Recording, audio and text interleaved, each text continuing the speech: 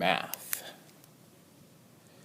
This is section 4.1 of the calculus. We're going to do 29 through 32 and 47 and 48. That's only 6 problems. They must be good ones.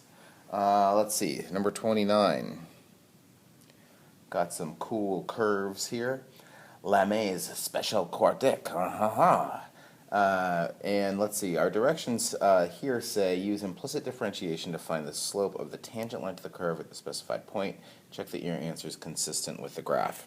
So I guess that just means find the what the slope is and then find that point on the graph and see if it all makes sense, if it looks like it's a nice tangent-y kind of tangent line.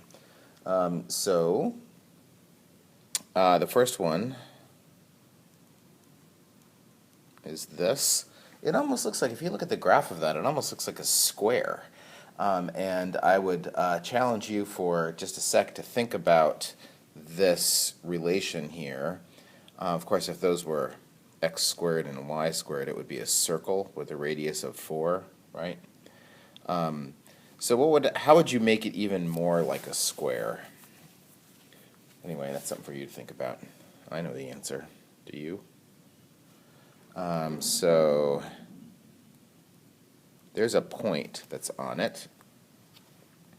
1 comma the 4th root of 15. You can check and easily see that that's a solution to that. And let's see. So let's find the derivative. 4x cubed plus 4y cubed dy dx equals 0. So dy dx is going to be, when I divide the 4 out and move that to the other side, looks like it's going to be minus x cubed over y cubed as my derivative. And let's see, if we were going to check to see here, that would be dy dx at the point 1 4th root of 15 would be negative 1 over that cubed. So I guess that's 15 to the 3/4. And I don't know what that is, but we could just check here. Negative 1 over 15 to the 0.75 is about negative 0.131, around 3 College Board decimal places. So you could imagine that's a line with it's a very shallow negative slope like that. And so if we find that point on our curve here, where is that point? It looks like somebody decided to write in this calculus book and mark where that point is for us. And you could imagine the tangent line to that. That looks good. Yeah, it'd be like negative 1/10-ish. All right, so that checks out. Just for practice, we could write the equation for that tangent line. It would just be y minus 15 to the 1/4 equals this. I guess that's 15 to the negative 15 to the negative 3/4. Be a compact way of writing that. And times x minus 1.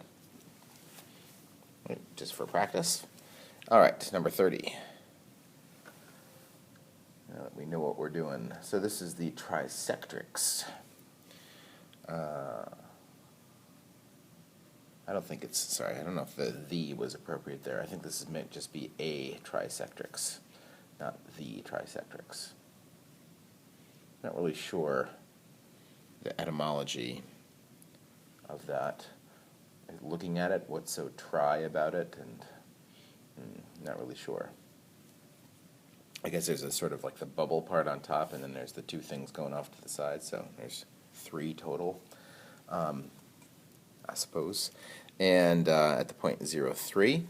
So if you wanted to, you could just check here to see that the point 0, 3 is in fact legit here. If you plug in 0, then all the things with x's in them go away, right? And then you plug in 3 here, it's 27 minus 27. Yep, that checks out. That's a point that satisfies this relation. Remember that relations are things that are relationships between x and y, but that are not functions. Certainly just looking at the graph, you can see that this is not a function. So let's find our derivative and see what that looks like. So 3y squared dy dx.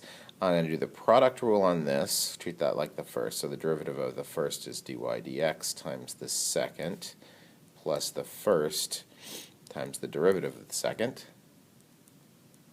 It's 2x minus 6y dy dx equals 0. So it looks like I have 1, 2, 3 pieces here that have dy dx's in them. So let's go ahead and factor the dy dx off those 3. So let's see, it looks like I have a 3y squared plus x squared minus 6y. And then I shall move the other ones to the other side. So I have minus 2x minus 2xy. And then just divide that over to the other side. So dy dx is equal to minus 2x minus 2xy over 3y squared plus x squared minus 6y.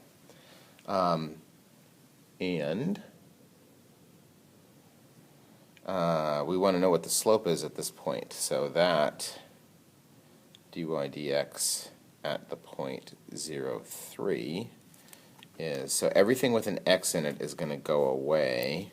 So, oh, well, that's just 0, isn't it? All right, because everything on the top has an x in it. Don't need to do any more. And let's just confirm here. There's the point 0, 3. Oh, sure enough, horizontal tangent line. All right, that checks out. Of course, that would just be the line y equals 3. Would be the equation for that line. 31. We have now the lemniscate. It's an infinity symbol. That's what that is. That's its fancy name. Do you know what the when I was youth, this symbol was called a pound sign. Like on a old school telephone, that was the pound sign. Every once in a while, you get some kind of like a phone tree thing that you get stuck in when you're trying to reach customer service or something, and they say, enter your something, followed by the pound sign. And so it's still called the pound sign. You guys probably call that a hashtag, right? Because you're cool and up to date and everything. But did you know this symbol actually has a name? It has just like the infinity symbol is called lemniscate, or lemniscate, or however you say that. This is an octothorpe.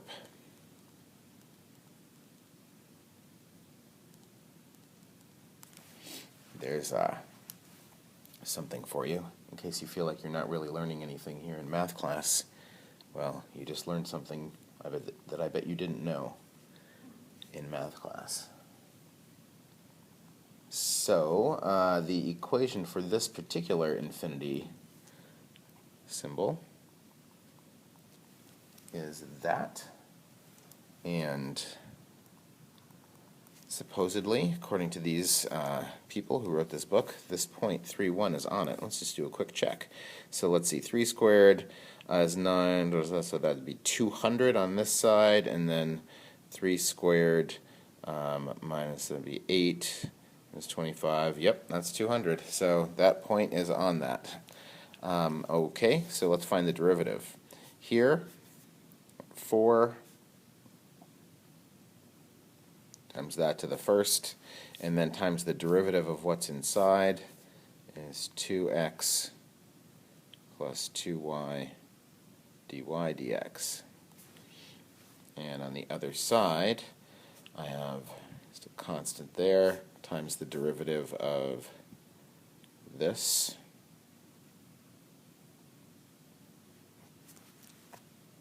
All right. So let's see. What shall we do here?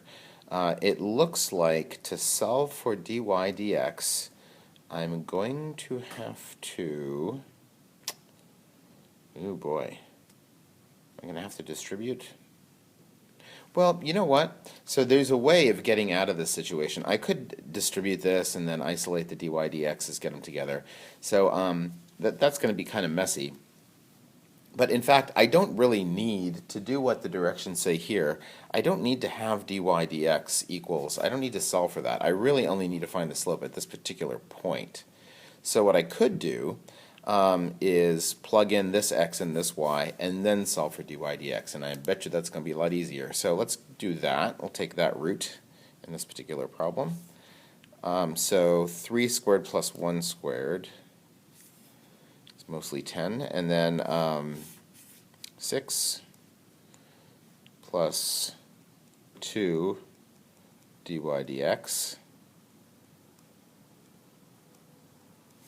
and then here I got 25 times 6 minus 2 dy dx. Alright, so let's just clean that up and find our slope at this one particular point. So let's see, this is 40 times 6, 40 times 2,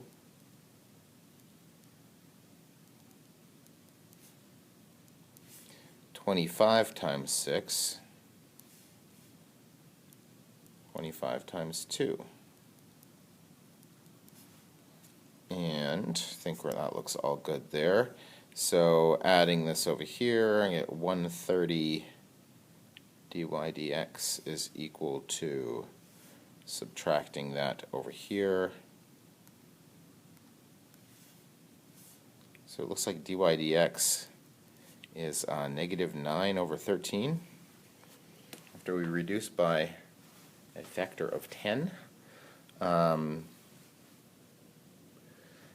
let's see how that looks. Negative 9/13, so that's negative 1-ish. And this is the point 3, 1. So you can imagine that tangent line at that point, 3, 1. Yeah, sure, that looks like it's a little less steep than a slope of negative 1. Great, looks good. And we could, of course, just for practice, write in point slope form the equation for that tangent line. There it is. All right.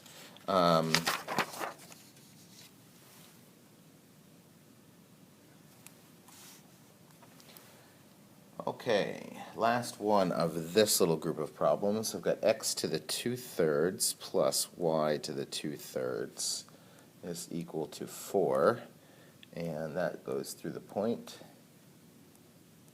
that.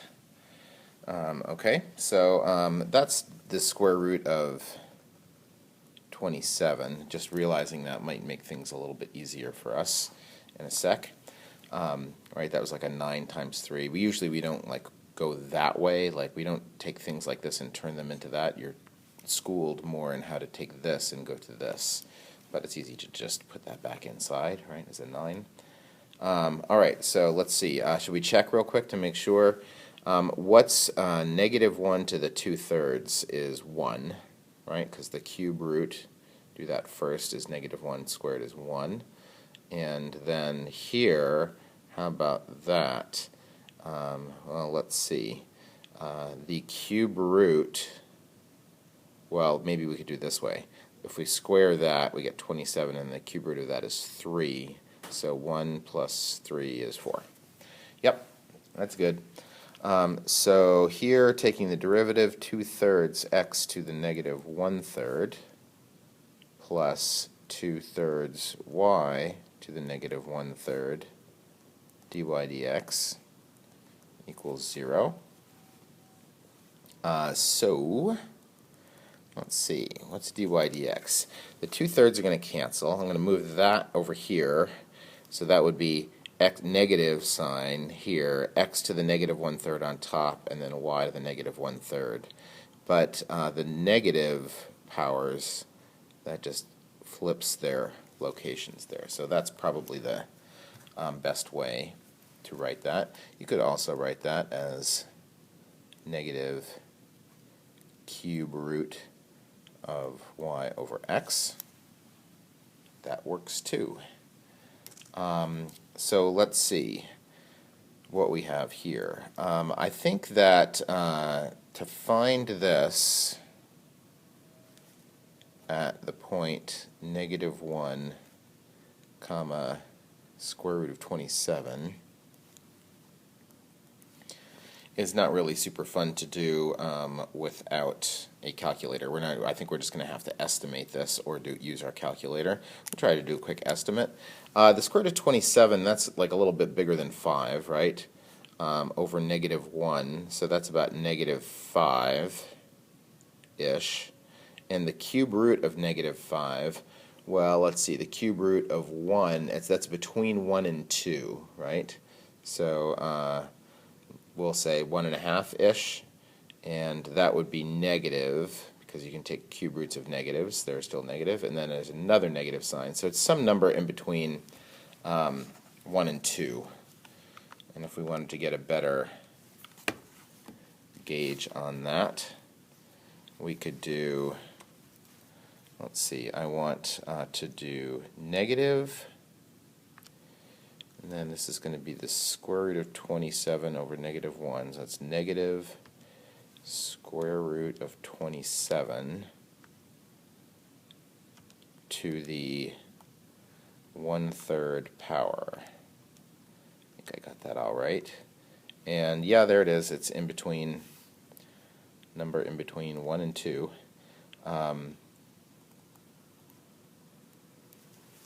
Right? And let's see what that looks like. That checks out.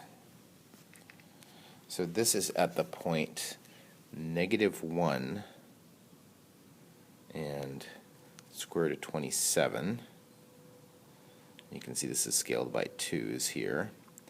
And we have a slope of positive, getting close to +2, so that looks good. That checks out. And this is actually the square root of 3. You can do that analytically.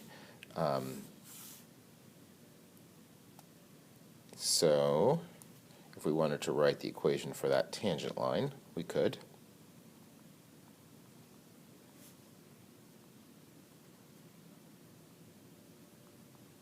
There it is. All right, that was fun. Now, number 47. Use analytic geometry to find equations for two lines through the origin that are tangent to the circle this. Okay, what does that mean, use analytic geometry? What's analytic? I'm very confident that you understand what geometry is. Do you know what analytic geometry is?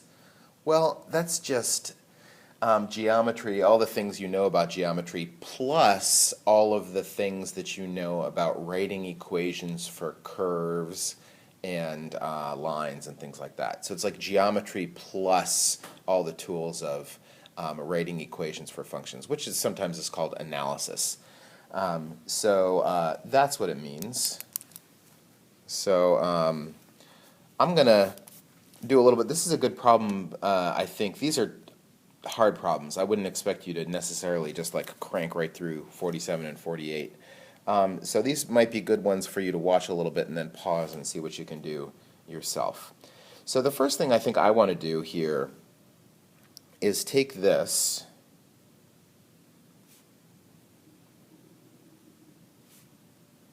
and get it into a better form. So I moved the 3 to the other side. What I'd like to do is be able to see this, get this into x minus h squared plus y minus k squared equals r squared. Because if I can get it in this form, then I know this is a circle that has a center at hk with a radius of r. And then I can graph it easily. So to do that, I need to do a little completing the square. This is actually all set. There's just plus 0 here. But this, I would need a plus 4 here to complete the square. And you can't just go adding 4 to one side of an equation unless you add 4 to the other side. So then I can do, that's x minus 2 squared, that's what that is, plus y squared is equal to 1 squared if you want. So this is a circle that is centered at 2, 0,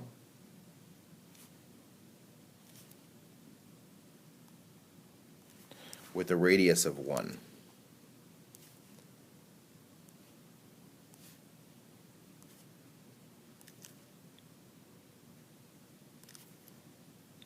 Do my best to make something that resembles a circle. Okay, that's not terrible. Got a little bit of a bruise down here. Okay, so there it is. That's what this is an equation of. And use analytic geometry to find equations for two lines that go through the origin that are tangent to the circle. So there's the origin. So I can picture them at least, right? There's one. And the other one would just be like the same. I'm just going to focus on this one right now. So there's a point of tangency. I guess we have to figure that out. So when they say use analytic geometry, they mean what they want you to do is use things that you know from geometry and analysis, not calculus. So don't find the derivative of this or find where they intersect. I guess we could find where they intersect and stuff like that. But, so what do we know here? Here's some things we know from geometry. If you have a tangent line to a circle, then that is perpendicular to the radius, right there. That is a fun fact from geometry. And you know that, you learned that. So this is a right triangle. And, well, this is a circle with a radius of 1. And I also know that from the origin to here, the center, it's centered at 2, 0. So this side of this right triangle is otherwise known as the hypotenuse. So that has a length of 2. And if this is 1 and this is 2, then this is the square root of 3 from here to here. That's a special right triangle. And that's, if this is a 1 square root of 3, 2, that is a 30, 60, 90 triangle. So this is 30 degrees right here. Right? Yes, it is.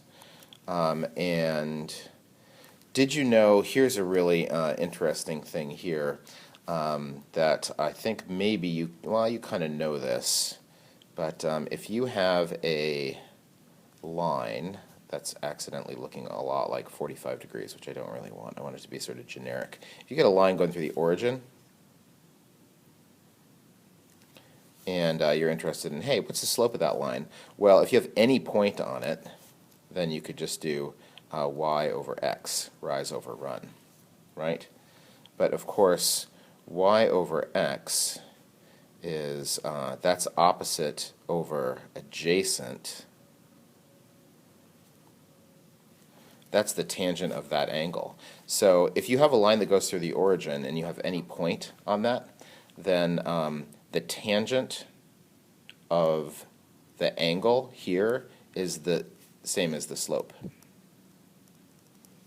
because the rise over run is opposite over adjacent. So that's kind of a cool thing, in case you didn't know that.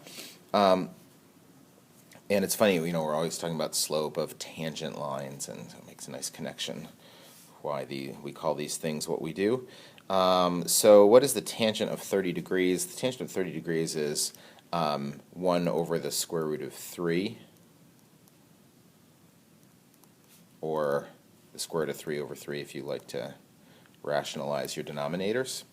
So the equation for this line, which goes through the origin, is just y equals that slope, square root of 3 over 3, times x. And it goes through the origin, so that's it. And then the other one because of the symmetry of this, is going to be the same thing, but with a negative slope. So if you didn't know this thing about the tangent of angles being the slopes of lines, there's another way to do this. You could drop this down and you can figure out, do a little bit more geometry to figure out where this point is right here and get it that way. So that works also. So that's fun. Part B, I'm not even done with this one. Use implicit differentiation to find the requisite lines in Part A. So now they're saying, okay, now you did it. This is all, you didn't do any calculus here. So can we do it using calculus? Let's see. So what would the slope be? I've got this x squared minus 4x plus y squared plus 3 equals 0. Can I do it using calculus? So I guess I would need to find the derivative, wouldn't I? So 2x minus 4 plus 2y dy dx equals 0. So that looks like dy dx is going to be equal to, just doing a little bit of algebra here, 2 minus x over y, I believe. Kind of compacted a couple of steps there. Now, if I want to know, the other thing I need to do is figure out what this point is. So, not using analytic geometry to do this. Actually, I never did find what that point was here, did I? Didn't need to.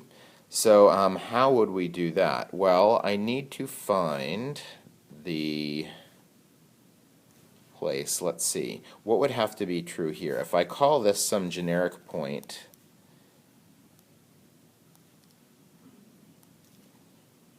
x comma y,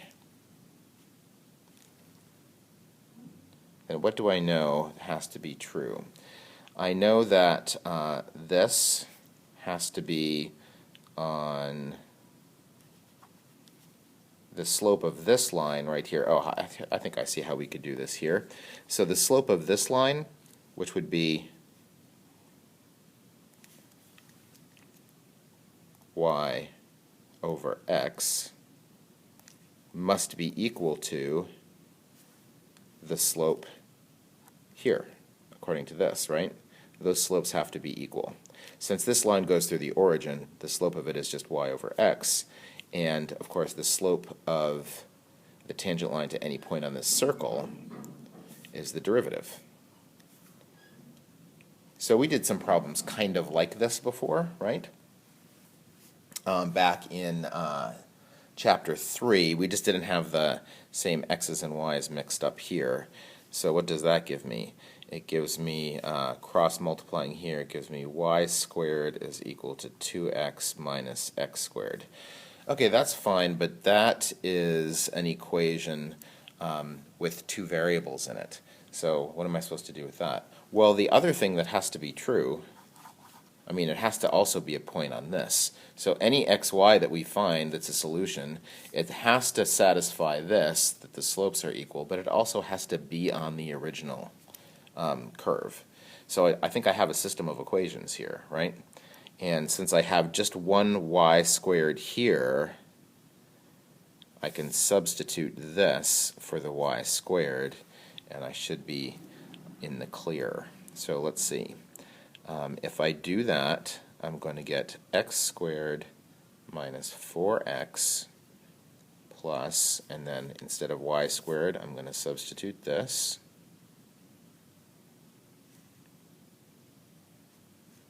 That's my y squared there. Alright, so it looks like the x squareds are going to cancel. I'm going to get negative 2x plus 3 equals 0. So x is equal to 3/2, which looks good, right? I mean, that certainly looks right. And once I have that, then I know that my slope here is x minus y. I guess I need to find the y coordinate, don't I? of this. So there's different places you could go. You could turn to this equation to find it. You could turn to this equation. These are all things that have to be true. So let's see. It looks like maybe it'll be easier to do it from right here. So let's see. Y is going to be plus or minus the square root of this.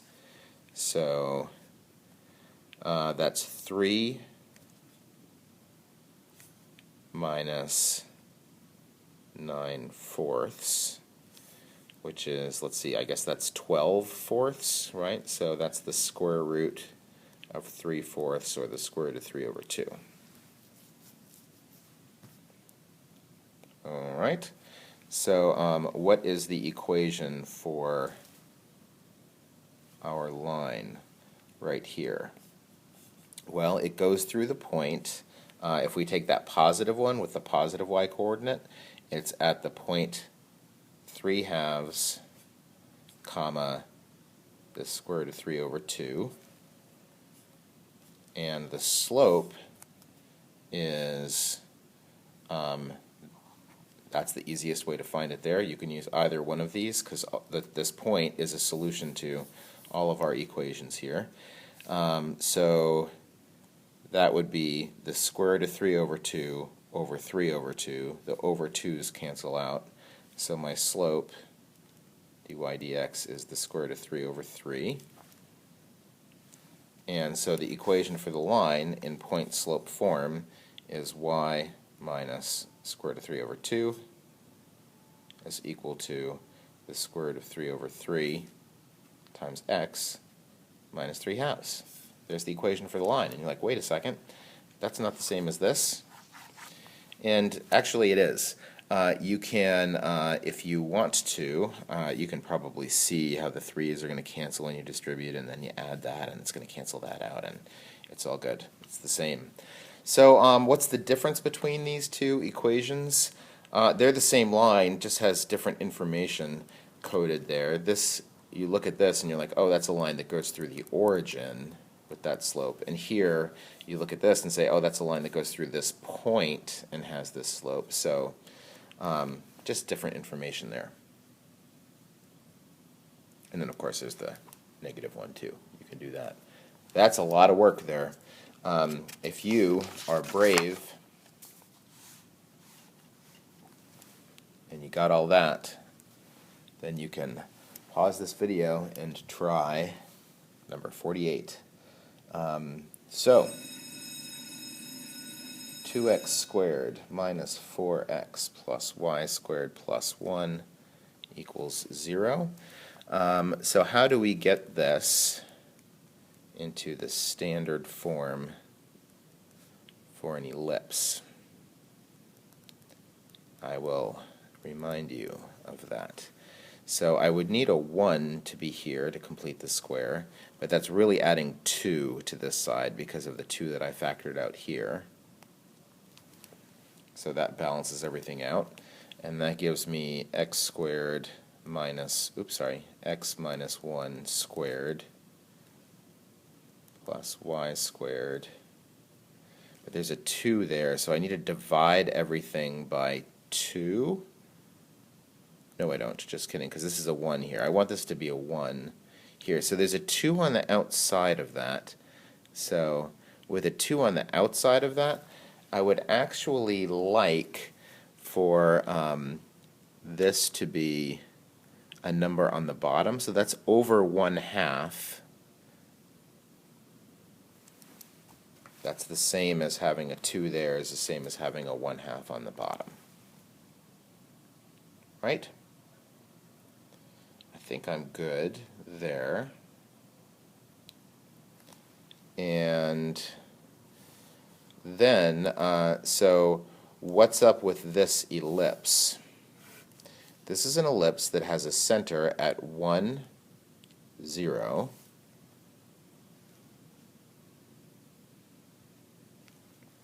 And the number that's underneath the x and the y, that is, it's like it has 2 different radii, right? This is the square root of this is how much it goes in the x direction. So the square root of 1/2 is the square root of 2 over 2. So it goes out the square root of 2 over 2 from that point in both directions. And then in the up-down direction, the number under this is 1. So the square root of that is, it goes up and down 1 like this. So it looks something like this.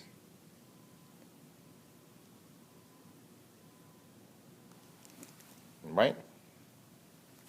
All right, so find equations for the two tangent lines through the origin that are tangent to this. So actually this one didn't say anything about analytic geometry, so that's a picture of what's going on, but I guess we could just jump in. This is like part B of 47. So here, that'd be 4x, this is the derivative, that's 2y dy dx equals 0. So my dy dx is going to be 4 minus 4x over 2y dividing out of 2 gives me that. Okay, so if I do the same thing here, some point xy on this, the slope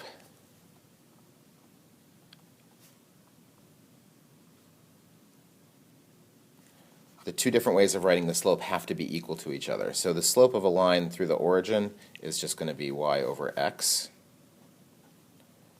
That must be equal to this, because this is the other way of writing the slope. That's the derivative. And if I cross multiply that, that gives me y squared is equal to 2x minus 2x squared. But it also has to be a point on the original, right? So this also has to be true. So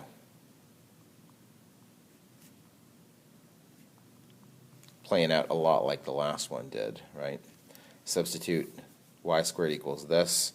So if I substitute there, then I'm going to have only x's left. So let's see, that gives me 2x squared minus 4x plus 2x minus 2x squared plus 1 equals 0. 2x squareds cancel out.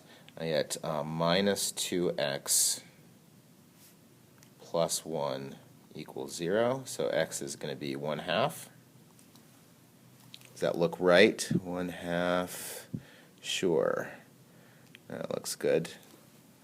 And what about the y coordinate? What would that be? Well, plugging in here, so y is going to be plus or minus the square root of 2x, 2 times that, that's 1/2, minus 2 times that squared. So y is equal to plus or minus the square root of 1/2, which is square root of 2 over 2. Right? That looks good. And then do I have my slope? I think I just need to find the slope here, which is going to be easier to do, to recognize this way. You could plug it into this or this, right? Those are equal to each other, but that's easier. It's just y over x. So the slope is going to be plus or minus, plugging those two different y values in, the square root of 2 over 2 over 1/2, which is just the square root of 2. Right? So my two tangent lines are, you could, since they go through the origin, you have two different ways of writing them. Like we saw in the last problem, you could just say it's y equals plus or minus the square root of 2 times x. Or you could write them in point slope form with those. You could say y minus the square root of 2 over 2 equals the slope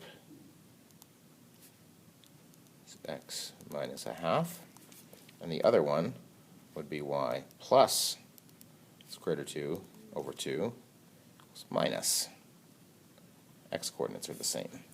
So this or those. That's kind of a tough problem. But this basic idea of take this, find the derivative, oh, that's got to be equal to, like there's that, the two expressions for slope have to be equal to each other, but it also has to be a point on the original. That's an important thing to recognize. And I do like this problem a lot, which I guess is a little bit of a hint that at some point down the line, like on the test, that this kind of thing could show up in a free response question. So I would make sure that you understand this and come back to it when you're getting ready for the test. Okie dokie.